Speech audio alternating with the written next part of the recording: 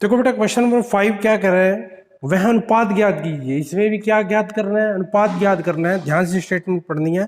वह अनुपात ज्ञात कीजिए जिसमें बिंदुओं ए बी को मिलाने वाले रेखाखंड को ए क्या है 1-5 है, और बी क्या है आपका दूसरा बिंदु क्या है आपका -4,5 है, को मिलाने वाले रेखाखंड को एक्स अक्ष से, किससे ध्यान से देखना, एक्स अक्ष से विभाजित होता है। आपने बनाना है कि एक्स अक्ष से विभाजित होता है, किस अनुपात में विभाजित होता है। कौन इसको पहले बिंदु सी कर रहा था, अब क्या कर रहा है, एक्स अक्ष विभाजित कर रहा है एक्स अक्ष पर। अब देखो यदि मैं इसका वो बनाऊं, यदि आपको एक बार बना के दिखाता हूं मैं, ये देखो ये आपका एक्स एक्सिस है और ये आपका वाई एक्सिस है। 1,-5 का आएगा, एक्स की वैल्यू 1, -1, -1, -2, -3, -4, -5, 1 2 3 4, ठीक है, -1, -2, -3, -4, 1 2 3 4 5, ठीक है। अब देखो ये 1-5 कहाँ आएगा, यहाँ पर आएगा 1-5, इसकी सीध में यहाँ पर कहीं आएगा, ये 1-5 आएगा। -4 5 का आएगा, -4 5 यहाँ पर कहीं आएगा, ठीक है। अब -4 5 इसको दोनों को मिला दो, इन दोनों को जब आप मिलाएंगे ये आएगा। अब ये बिंदु ए है और ये बिंदु बी है, ठीक है। अब देखो इसको एक्स अक्ष काट रहा है ना, ये देखो एक्स अक्ष क्या कर रहा है, इसको विभाजित कर रहा है। हमें ये ज्ञात करना है कि ये एक्स अक्ष किस अनुपात में इनको विभाजित कर रहा है। और क्या पूछा है, इस विभाजन बिंदु के, जो ये विभाजन बिंदु है इसके निर्देशांक भी ज्ञात करने हैं, क्योंकि हमें निर्देशन नहीं दे रखे, तो निर्देशांक भी ज्ञात करने हैं और अनुपात भी ज्ञात करना है। आप कहो जी पहले तो आप कह रहे थे कि जब अनुपात पूछे तो बिंदु के निर्देशांक दे रखे होते हैं, लेकिन इसमें तो निर्देशांक भी नहीं दे रखे और अनुपात भी नहीं दे रखा, तो कैसे करेंगे। देखो ध्यान से कैसे करेंगे हम। बेटा एक बात ध्यान रखो, इसके ऊपर यानी कि एक्स एक्सिस के ऊपर बिंदु कैसा होता है, एक्स अक्ष के ऊपर बिंदु कैसा होता है, कैसा होता है भाई, a,0। एक्स अक्ष पर y वाले जो निर्देशांक होता है वो वैल्यू क्या होती है, 0 होती है, तो ये y की वैल्यू 0 कर दी। x की वैल्यू कोई ना कोई तो होगी, मैंने a ले लिया यहाँ पर, a की वैल्यू निकाल लेंगे और a की वैल्यू आ गई तो ये निर्देशांक आ जाएगा। और हम मान लेते हैं कि ये कितने अनुपात में विभाजित करता है, k अनुपात 1 में, जैसे अभी अभी कहा था मैंने, k अनुपात 1 में। और ये बिंदु मैंने क्या मानना है, a0, यही बिंदु a0 है और k अनुपात 1 में विभाजित करता है, ठीक है। इसको मान लेंगे हम कोई बिंदु P या C, मान लो C यदि है तो क्या लिखोगे, माना एक्स अक्ष पर बिंदु, कौन सा बिंदु मानना है हमने एक्स अक्ष पर बिंदु, एक्स अक्ष पर बिंदु C a,0, AB को मिलाने वाले रेखाखंड को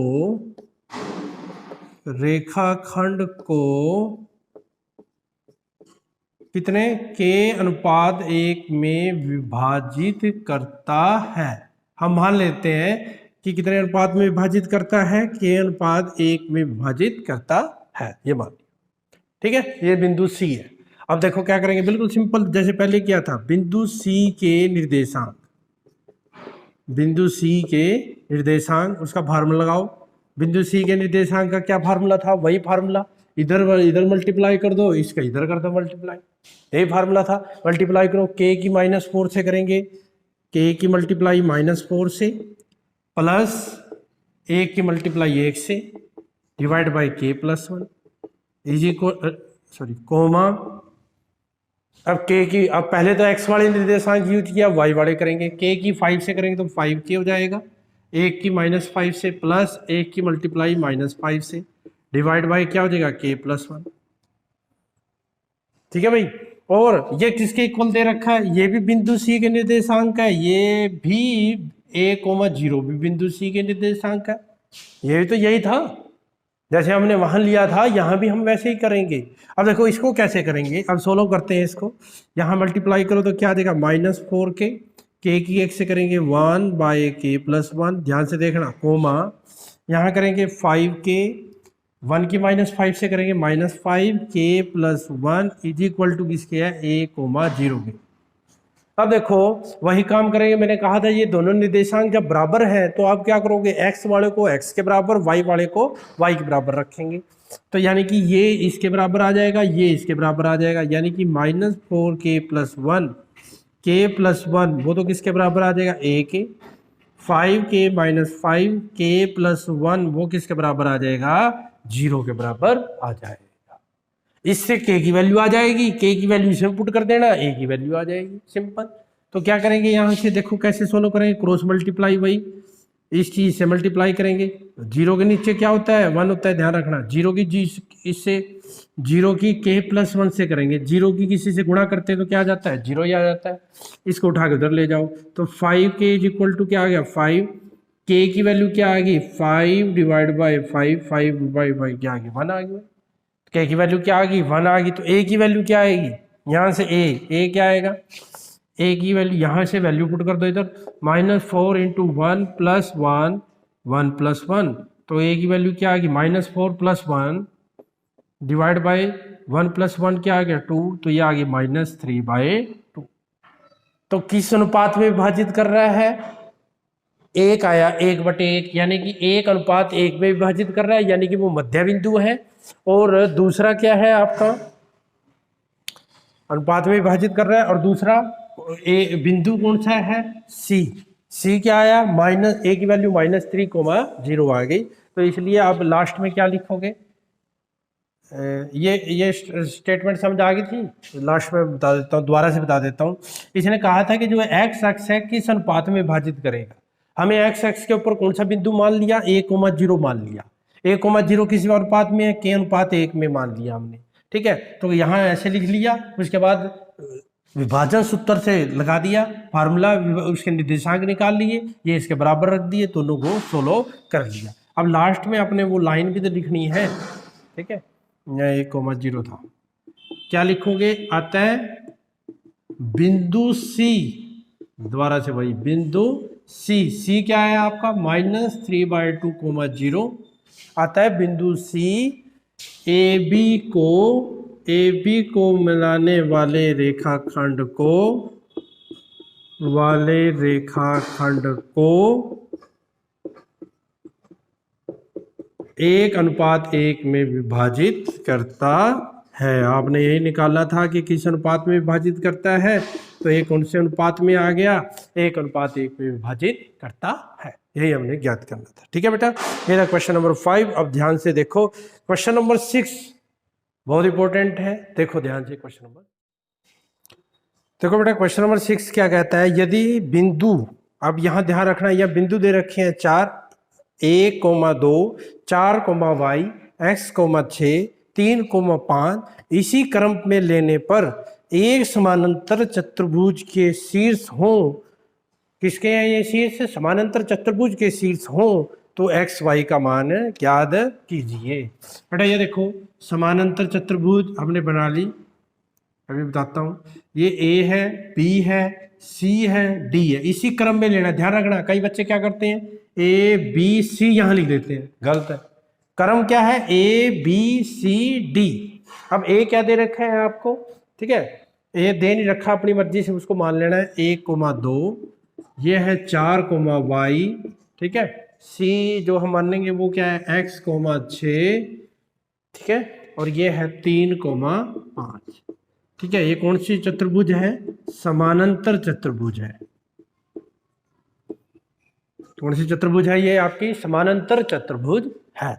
अब x y का मान ज्ञात करना है, देखो कैसे ज्ञात करेंगे, ठीक है। एक बात ध्यान रखना, लिखो, हम जानते हैं कि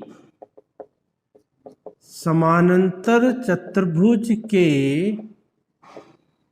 विकर्ण, ये ध्यान रखना, समानांतर चतुर्भुज के विकर्ण परस्पर समद्विभाजित करते हैं। समद्विभाजित का मतलब दो बराबर हिस्सों में, यानी कि मध्य समद्विभाजित करते हैं। भाई क्या कह रहा है कि ये जो एक तो ये AC हो गया, ये विकर्ण है, विकर्ण यही है, और दूसरा विकर्ण क्या है आपका, ये BD है। ये कह रहा है कि जो ये आपस में समद्विभाजित करते हैं। समद्विभाजित का मतलब क्या है, जितना ये है उतना ये है, जितना ये है उतना ये है। समझ रहे हो क्या नहीं? यानी कि जो ये बिंदु है, ये बिंदु मान लो ये E है या O है, ये बिंदु इस AC का भी मध्य बिंदु है और किसका मध्य बिंदु है, BD का भी क्या है, ये मध्य बिंदु है। समझ गए क्या नहीं? समद्विभाजित, समद्विभाजित, सम का मतलब बराबर, द्वि का मतलब दो बराबर भागों में बांटना। दो बराबर भागों में कब बांटते हैं, जब मध्य बिंदु होता है।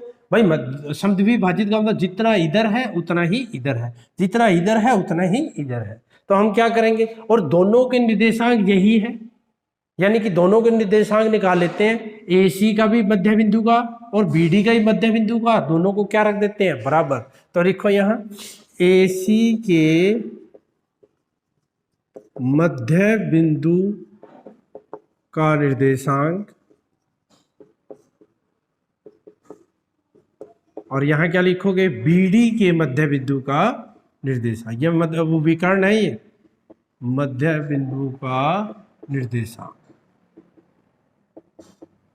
ठीक है। AC का लिख दिया और BD का। मध्य बिंदु कैसे निकालते हैं आपको बताया था, दोनों को जोड़ दें, x वाले को, यानी कैसे जोड़ेंगे, x + 1/2, फिर y वाले को जोड़ दो, 2 + 6/2 इज इक्वल टू, भाई AC का मध्य बिंदु भी O है और BD का मध्य बिंदु भी O है, तो दोनों के O है जब, तो दोनों के निर्देशांक बराबर होंगे कि नहीं, वही मैंने लिखा है यहाँ। अब BD की बारी आ गई, 3 में 4 जोड़ दो, 3 + 4/2, फिर 5 में y जोड़ दो, y + 5/2, सोल्व कर लो। यहाँ x + 1/2, यहाँ क्या आएगा, 8/2 कितना आ जाएगा, 4, यहाँ आ जाएगा 7/2, y + 5/2। अब ये दोनों निर्देशांक है, ये भी निर्देशांक है, ये भी निर्देशांक है, तो x वाला x वाले के बराबर होगा, y वाला y वाले के बराबर। तो यहाँ से क्या लिखोगे, x + 1/2 = 7/2, लाइन लगा देना, और y + 5/2 = 4, ये इसके बराबर लिख दिया और ये इसके बराबर लिख दिया। अब क्रॉस मल्टीप्लाई, अच्छा जब भी दोनों इधर बटे में हो तो 2 से 2 क्या हो जाता है, कट जाता है, ऐसे हम काट सकते हैं। तो x + 1 = आ गया 7, x की वैल्यू क्या आ गई, 7 - 1 6, तो x तो आ गया भाई 6 आ गया। y क्या आएगा, क्रॉस मल्टीप्लाई करेंगे, यहाँ मल्टीप्लाई कर दो, y + 5 = 8 आ गया, y = 8 - 5 = 3, तो y की वैल्यू बेटा क्या आ गई, 3 आ गई। ठीक है, यही हमने करना था, x y की वैल्यू निकालनी थी, x की वैल्यू क्या आ गई 6, y की वैल्यू आ गई 3। यहाँ पर आपने एक बात ध्यान रखनी है, समानांतर चतुर्भुज के विकर्ण परस्पर समद्विभाजित करते हैं। कहने का मतलब क्या है, जो BD का मध्य बिंदु है और जो AC का मध्य बिंदु है वो एक ही है, यानी कि उनके निर्देशांक भी क्या होंगे, बराबर होंगे। तो वो मैंने बराबर रख के उसको कर दिया। ठीक है बेटा, ये था क्वेश्चन नंबर 6। अब देखते हैं क्वेश्चन नंबर 7। देखो बेटा, क्वेश्चन नंबर 7 भी आसान है, बिल्कुल आसान इजी क्वेश्चन है। आपको बस क्या पता होना चाहिए, दूरी सूत्र, विभाजन सूत्र। इसमें तो विभाजन सूत्र ही है, एक मध्य बिंदु के निर्देशांक आए हैं। क्या कह रहे हैं बेटा, बिंदु A के निर्देशांक ज्ञात कीजिए जहां AB वृत्त का व्यास है। वृत्त की बात आ गई, वृत्त क्या, ये वृत्त है भाई, और ये क्या है आपका, उसका व्यास है। व्यास क्या होता है, जो केंद्र से गुजरती जीवा है, सबसे बड़ी जीवा है वो व्यास है। ये आपका व्यास है AB, जो केंद्र से गुजर रहा है। आपको भाई जब वृत्त है तो आपको त्रिज्या के बारे में पता होगा, एक आपको ये भी पता होगा, ये यहाँ से यहाँ तक और यहाँ से यहाँ तक, ये दोनों क्या होते हैं, बराबर होते हैं। आपको पता है ना, ये त्रिज्या ओ भी क्या होती है, त्रिज्या होती है। केंद्र से यहाँ की दूरी, ये भी त्रिज्या और ये भी क्या है, त्रिज्या, और त्रिज्या क्या होती है, बराबर। यानी कि जो ये केंद्र O है, AB का क्या है, मध्य बिंदु है। ये बात समझ आ गई। ये AB का मध्य बिंदु क्या है, O, वृत्त का केंद्र, वृत्त के व्यास का मध्य बिंदु होता है। समझ गए? अच्छा, क्या कह रहे हैं, AB A के निर्देशांक क्या करने हैं, AB वृत्त का व्यास है जिसका केंद्र ये 2 - 3 दे रखा है। B के निर्देशांक दे रखे हैं 1,4 दे रखे हैं। बस एक के निर्देशांक याद कीजिए। देखो बेटा इसमें क्या कर रखा है, मध्य बिंदु दे रखा है, ओ दे रखा है, यानी कि मध्य बिंदु दे रखा है। ठीक है, तो देखो कैसे करेंगे, इसके निर्देशांक हमें पता नहीं, इसके निर्देशांक मान लेते हैं x, y। ठीक है, तो क्या करेंगे, माना बिंदु ए के निर्देशांक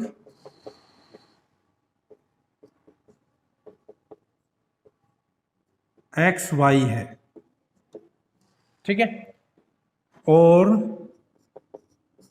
वृत्त का केंद्र O है। हमें नहीं पता था ना, उसने तो केंद्र दे रखा था, ये तो नहीं रखा था O है।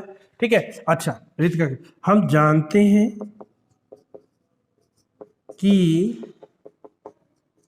वृत्त का केंद्र व्यास AB का मध्य बिंदु होता है। क्या होता है भाई, मध्य बिंदु होता है। मध्य बिंदु होता है कि नहीं, अभी अभी बताया तुम्हें, क्योंकि मध्य, भाई मध्य बिंदु का मतलब क्या है, जितनी उधर उतनी उधर। ठीक है, ये दोनों बराबर होते हैं, बस निकाल लो मध्य बिंदु के निर्देशांक। तो क्या लिखोगे, देयरफॉर मध्य बिंदु O के निर्देशांक, मध्य बिंदु O के निर्देशांक, निर्देशांक O यानी कि मध्य बिंदु O के निर्देशांक कैसे निकालेंगे, ये देखो, इसको इससे करो, यानी कि x + 1/2 y + 4/2, ऐसे करते हैं ना। x वाले में x वाला, मतलब पहले वाले को जोड़ो बटे 2 करो, दूसरे वाले को जोड़ो बटे 2। और O के निर्देशांक आपको दे भी रखे हैं, वो भी लिख लो, 2 को -3 दे रखा है कि नहीं। अब देखो कि बहुत ही आसान क्वेश्चन है, थोड़ा सा समझना है। ये O के निर्देशांक, O मध्य बिंदु है, मध्य बिंदु निकालने के लिए आपको वही फार्मूला है, x निर्देशांकों को जोड़ो बटे 2 करो, y निर्देशांकों को जोड़ो बटे 2 करो, मध्य बिंदु O का दे रखे निर्देशांक बराबर लिख दो। अब आपको पता है ये इसके बराबर होगा, ये इसके, कितने क्वेश्चन कर लिए। तो क्या करेंगे, x + 1/2 = 2 आ जाएगा, y + 4/2 = -3 आ जाएगा। Cross multiply, x + 1 = 4, x = 4 - 1 = 3। तो x की वैल्यू तो कितनी आ गई बेटा, 3 आ गई। वह यहाँ भी क्रॉस मल्टीप्लाई करेंगे, 6 आ जाएगा, 6 - 4 = 2, तो y की वैल्यू क्या आ गई, 2 आ गई। तो अतः बिंदु A के निर्देशांक कितने होंगे भाई, अतः बिंदु A का निर्देशांक क्या है भाई, निर्देशांक x, y, x की वैल्यू कितनी है 3, y की वैल्यू कितनी है 2, तो कितनी आ गई 3,2 आ गई। समझ गए, यही आपने ज्ञात करना था क्वेश्चन नंबर 7 में। अब देखते हैं हम जल्दी से बेटा क्वेश्चन नंबर